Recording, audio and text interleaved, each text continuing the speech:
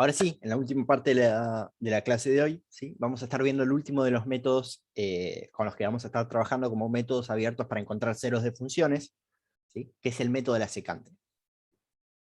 Lo que pasa acá es que alguien puede venir y puede decirme la peor desventaja que tiene Newton-Raphson, ¿sí? O lo más molesto de Newton-Raphson, es que hay que calcular la derivada de una función, y eso suele ser costoso, ¿sí? O porque es difícil de derivar, o porque lleva tiempo, cualquiera de las dos cuestiones. Entonces, a, en base a ese problema, surge otro método, ¿sí? Que es el método de la secante, donde la idea es, si bien quitarle un poco de poder de resolución al método de Newton-Raphson, ¿sí? Eh, a cambio de ganar en otro aspecto, que es la libertad de no tener que calcular la derivada de la función, ¿sí? Y lo que vamos a hacer es decir, en vez de calcular la recta tangente a la función en el punto, voy a proponer una recta secante a la función en dos puntos que estén relativamente cerca, ¿sí? ¿Saben lo que es una recta secante? Corta dos veces. Exacto, es una recta que corta dos veces la función, ¿sí? Si, no sé cómo lo vieron ustedes, pero en general en análisis 1 o antes de análisis 1 en matemática del ingreso, cuando se empieza a trabajar con funciones, ¿sí? El primer approach que hacen a hablar de recta tangente a una función o a una curva, ¿sí? Es el de la secante, es decir, yo tengo una curva cualquiera, ¿sí? Y elijo dos valores en esa curva, ¿sí? Y dibujo la recta que pasa por esos dos valores. ¿Sí? Ahora, si yo hago que esos dos valores se acerquen uno a otro, o acerco uno de los valores, ¿sí? Por ejemplo, este punto rojo lo muevo hacia acá, ¿sí? La curva que se forma ahí está, o sea, ya casi como que no hay espacio entre la curva y la recta que se forma, ¿no? Entonces, a medida que yo acerco ese punto, que inicialmente estaba acá, lo voy acercando al punto inicial, ¿sí? Hasta el punto que vale, o sea, que los dos puntos están infinitesimalmente juntos, ¿sí?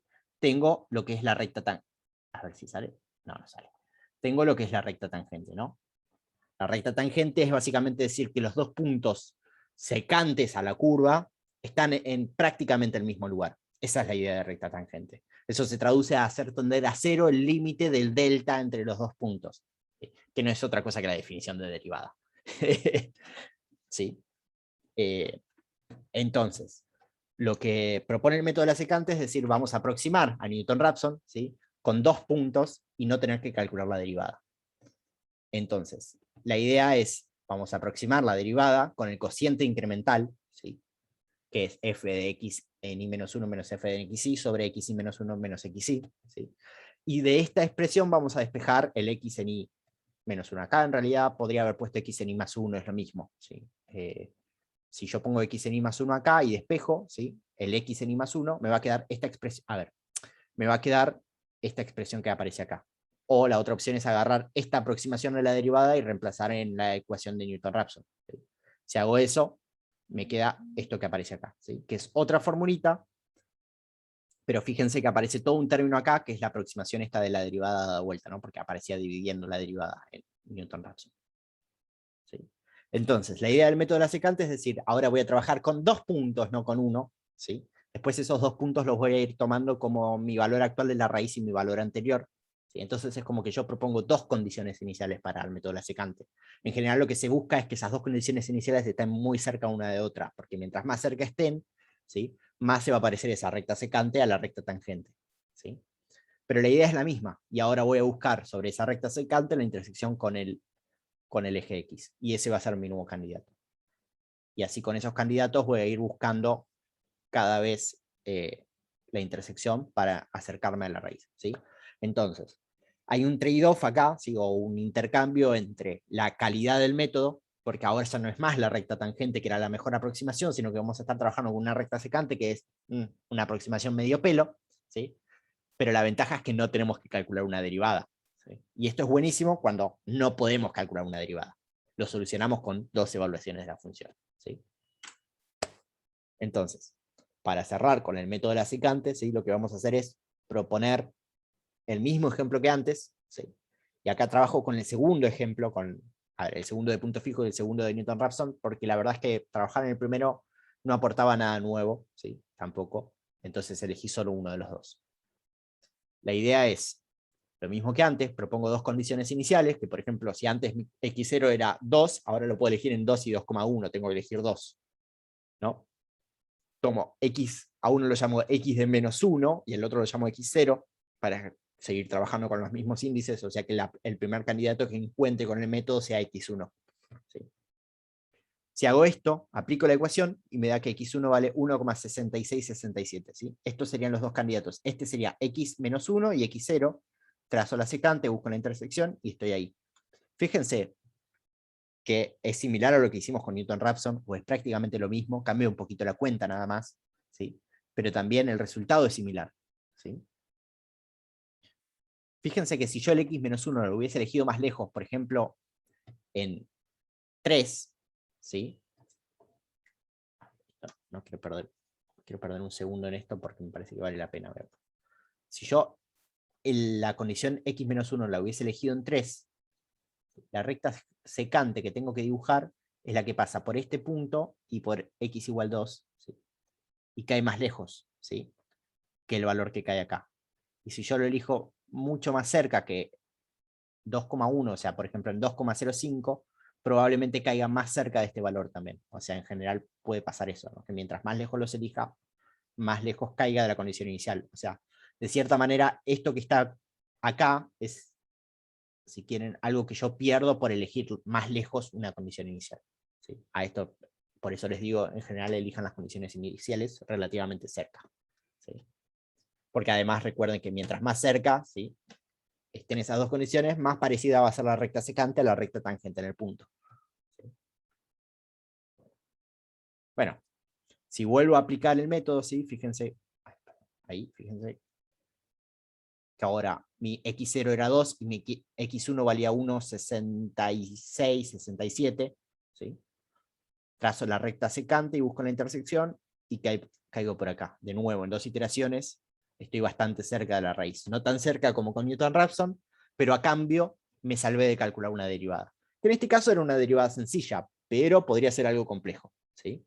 Entonces, una ventaja del método de la secante es que no tengo que calcular una derivada, una desventaja es que si quieren, el rendimiento del método empeora respecto a Newton-Raphson.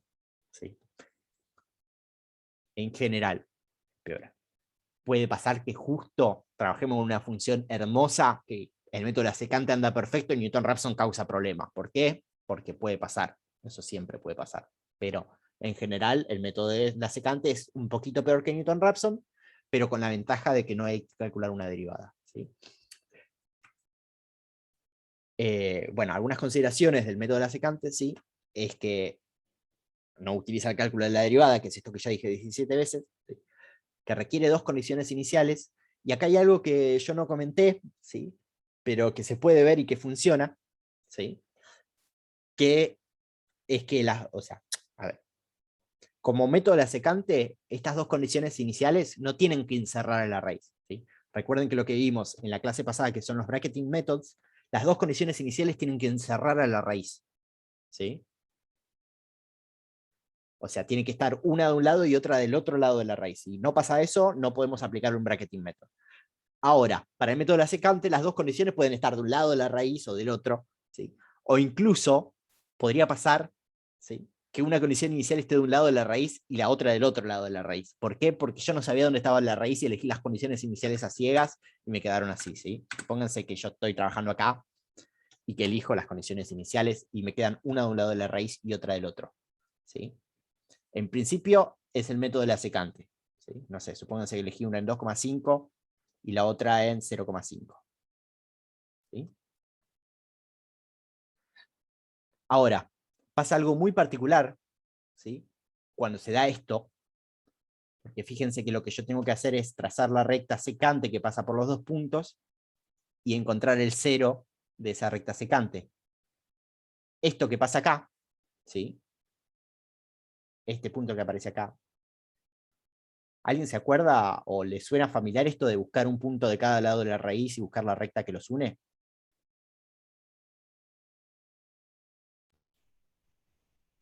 Sí, sí, es el método que vimos al principio. Es el método que vimos la semana pasada, ¿sí? En la clase pasada, el método de la falsa posición. ¿Sí? Entonces, a fines prácticos, el método de la secante y de la falsa posición es la misma idea, ¿sí? Con la diferencia que en general en el método de la secante uno elige dos puntos relativamente cerca y que no encierran a una raíz, y en la falsa posición uno busca dos puntos que encierran a la raíz. ¿Sí? O sea que a fines de las cuentas, estos dos métodos, el método de la secante y el método de la falsa posición, son casi lo mismo. De hecho, si se fijan, la ecuación debería ser muy parecida, ¿sí? A salvo de cómo está expresada, debería ser muy parecida. Esta expresión que aparece acá y la expresión de falsa posición, si me esperan un minuto, busco cuál era la expresión y las comparamos. Yo cerré los numéricos, clase 3.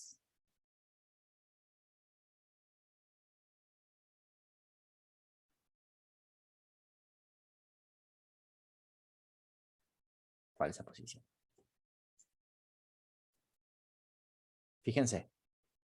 A más f de A por B menos A sobre f de A menos f de B.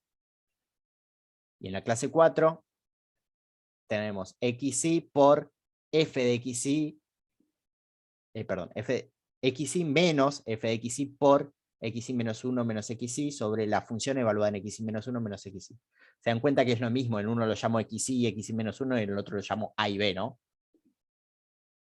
sea, B menos A, f de A menos f de B. Bueno, acá aparece un más, pero si doy vuelta el término de abajo, lo puedo cambiar por un menos y me queda exactamente la misma expresión. ¿Sí? Entonces, en realidad el método de la secante y el método de la falsa posición son dos formas de ver lo mismo. ¿Sí? La diferencia es que en falsa posición uno siempre considera que los dos extremos en los cuales yo estoy evaluando mi problema encierran a la raíz y en el método de la secante no necesariamente. ¿Sí? Bueno, eso era para que sepan. Bueno, y esto ha sido todo por hoy. ¿Queda alguna pregunta?